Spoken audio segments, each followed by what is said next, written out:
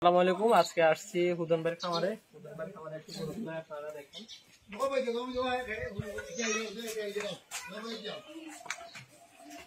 এটা দেখেন, এটা জার্সি গরু। ওটা সেটা সব খরচ। আর এটা দেখেন সব সাইজে ছোট গরু ভিতরে দেখেন। এখানে আসো বাবু, আসো, ঠিক আছে, আসো বাবু। কি নিয়মটা খারাপ করে এলাম, একেবারে ছোট করে মনে হচ্ছে। নিচে দেখান, নিচে দেখান, ছোট একেবারে ছোট করো না।